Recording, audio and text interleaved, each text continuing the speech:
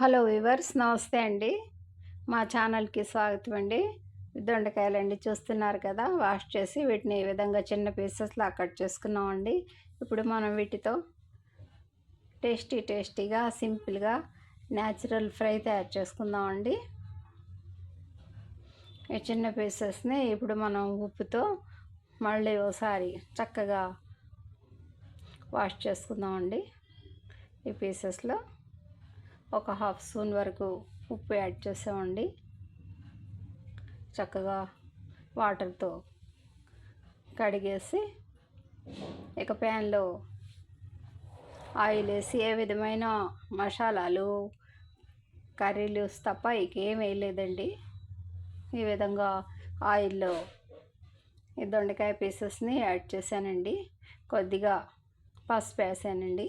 ఇక ఉప్పుతో కడిగాం కాబట్టి అంత ఉప్పు అవసరం లేదండి. లాస్ట్లో కావాలనుకుంటే మనం ఉప్పు యాడ్ చేసుకోవచ్చండి.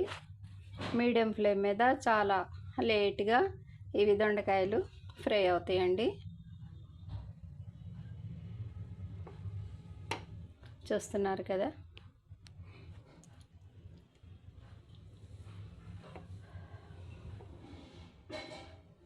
మధ్యలో కొద్దిగా వీటిని స్పూన్తో అలా కలియబెట్టడమేనండి.